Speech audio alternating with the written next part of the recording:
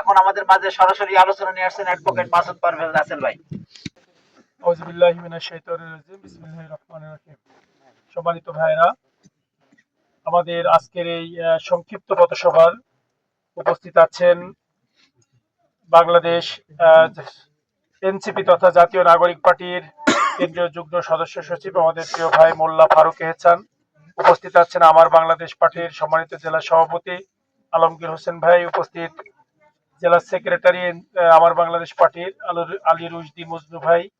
আমাদের সকল মেহমান বৃন্দ, সকল দায়িত্বশীল বৃন্দ, সামনে উপস্থিত একান্ত প্রিয় আগামীর বাংলাদেশ গড়ার কারিগর যুবক ভাইরা, সকলকে সালাম, আসসালামু আলাইকুম রহমতুল্লাহ। প্রিয় ভাইরা, আমরা সংক্ষিপ্ত পরিসরে কথা শেষ করতে চাই, কারণ আজান হয়েছে, নামাজে যেতে হবে। আমরা মূলত যে মেসেজটি দিতে চাই, আগামীর 12ই ফেব্রুয়ারি নির্বাচন হচ্ছে এই বাংলাদেশকে আধিপত্যবাদ থেকে মুক্ত করার একটি নির্বাচন।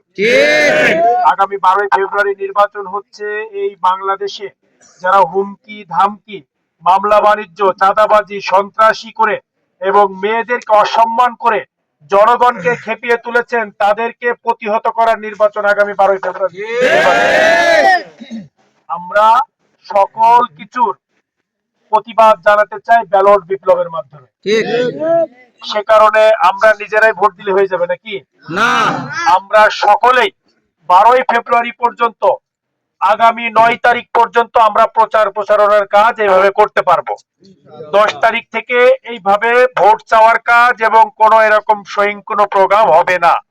সেই ক্ষেত্রে আমরা 9 তারিখ পর্যন্ত যে যতজনের সাথে পারি যোগাযোগ করে ন্যায় ইনসাফের বাংলাদেশ গড়ার জন্য, জনগণকে জনগণের হাতে ক্ষমতা তুলে দেওয়ার জন্য, দেশের চাবি জনগণের হাতে তুলে দেওয়ার জন্য আমরা উদ্বুদ্ধ করব এবং সকলেই আমরা দাঁড়িপাল্লার পক্ষে ভোট চাইবো। পারবো তো ইনশাআল্লাহ? এর পাশাপাশি আমরা একটি দুর্নীতিমুক্ত জবাবদিহিতার বাংলাদেশ গড়ে তোলার জন্য আমরা জানি যে একটা গণভোট অনুষ্ঠিত হচ্ছে। আমাদের জুলাই বিপ্লবে যে সমস্ত ভাইয়েরা জীবন দিয়েছেন, তাদের জীবন দিয়াকে সার্থক করে গড়ে তোলার জন্য, তাদের রক্তের ঋণ পরিশোধের জন্য আমাদেরকে এই সংস্কারের সুন্দর বাংলাদেশ গড়ে তুলতে হবে। সেই জন্য আমরা গণভোটের পক্ষে তথা হার পক্ষে থাকবো ইনশাআল্লাহ। আমরা আগামীর বাংলাদেশে যুবকদের কর্মসংস্থান, আমাদের যারা শিশু এবং বৃদ্ধ তাদের চিকিৎসার সুব্যবস্থাপনা সরকারি খরচে, যুবকদেরকে বিদেশে প্রশিক্ষণের মধ্য দিয়ে তাদেরকে যোগ্য হিসাবে, দক্ষ হিসাবে গড়ে তুলে তাদেরকে বিদেশে সরকারি খরচে পাঠানো এবং তাদের নাগরিক সুবিধা নিশ্চিত করা, এবং আমাদের দেশের যুবক যারা আছেন মেধাবীদেরকে যথাযথ যোগ্য হিসাবে গড়ে তুলে সরকারি বেসরকারি কিংবা সরকারি বেসরকারি যৌথ ব্যবস্থাপনার প্রতিষ্ঠান গড়ে তুলে আমাদের এলাকার যুব সমাজদেরকে কর্মসংস্থানের ব্যবস্থা আমরা করতে চাই। আমরা আমাদের কৃষক সুবিধাগুলো দেখে তাদের অসুবিধাগুলো দূরীকরণে আমরা একটি সমন্বিত পরিকল্পনা আমাদের নিয়ে আছে, আমরা সেটা বাস্তবায়ন করতে চাই। আমরা আমাদের কৃষকদের পণ্যের দাম যথাযথভাবে পাওয়া, তাদের কৃষি উপকরণ যেটা সার কীটনাশকের জন্য যে জটিলতা সেটা দূরীকরণ, সর্বোপরি আমাদের রাস্তাঘাটগুলোর যে দুরবস্থা আছে সেই দুরবস্থা কাটিয়ে উঠে একটি উন্নত চুয়াডাঙ্গা আমরা গড়ে তুলতে চাই। সেজন্য আমরা বলতে চাই, দুর্নীতিকে যদি আমরা লাল কার্ড দেখাতে পারি তাহলে আমাদের এক ইঞ্চি রাস্তাঘাটও আর কাঁচা থাকবে না।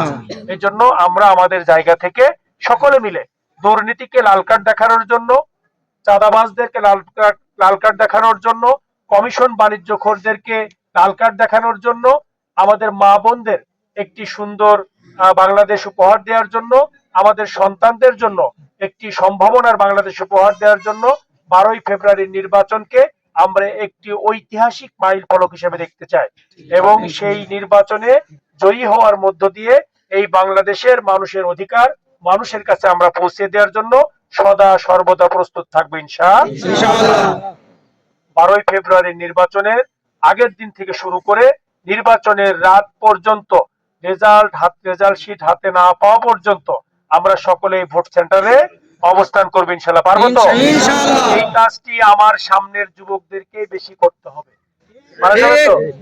আবু সাইদ যে কারণে জীবন দিয়েছেন, মুগ্ধ যে কারণে জীবন দিয়েছেন, আমাদের অসংখ্য শহীদেরা যে কারণে জীবন দিয়েছেন, ওসমান হাদি যে কারণে জীবন দিয়েছেন, আমরা সেই কারণের জন্যই আমাদের সর্বোচ্চ ত্যাগ এবং কুরবানির মধ্য দিয়ে সেই তাদের জীবন দেয়াকে আমরা বাস্তব রূপ দান করতে চাই। যে স্বপ্ন দেখার জন্য দেখে তারা জীবন দিয়েছেন, সেই স্বপ্নকে আমরা বাস্তবে রূপ দিতে চাই। এজন্য আমাদের যুবক ভাইদের প্রতি বিশেষভাবে আহ্বান থাকবে, সকলেই বন্ধুদেরকে সাথে নিয়ে সকলে মিলে ন্যায় ইনসাফের জন্য দাঁড়িপাল্লার পক্ষে আমরা ভোট চাইবো। পাশাপাশি সকলকে ভোট সেন্টারে নিয়ে গিয়ে তাদের ভোটাধিকার প্রয়োগে আমরা সহযোগিতা করবো ইনশাআল্লাহ। আমরা চাই না কোনো রাজনৈতিক দল, কোনো ব্যক্তি, কোনো নাগরিকের ভোটাধিকার হরণ করুক, তাদের ভোট দিতে বাধা প্রদান করুক। আমরা তাদেরকে বলতে চাই, এই জাতীয় কাজ করলে জনধিকৃত হবেন, জনগণ থেকে বিচ্ছিন্ন হয়ে যাবেন। জনগণ যখন একবার জাগতে শিখেছে, কেউ আর তাকে বাধা দিয়ে আটকাতে পারবে না ইনশাআল্লাহ। এজন্য সবাইকে সাথে নিয়ে আমরা একটা সুন্দর বাংলাদেশ গড়ে তুলতে চাই, জনগণকে সাথে নিয়ে একটি সুন্দর বাংলাদেশ গড়ে তুলতে চাই। আল্লাহ আমাদের সকলকে সেই তৌফিক দান করুন। সকলকে ধন্যবাদ জানিয়ে শেষ করছি। আসসালামু আলাইকুম ওয়া রাহমাতুল্লাহি ওয়া বারাকাতুহু।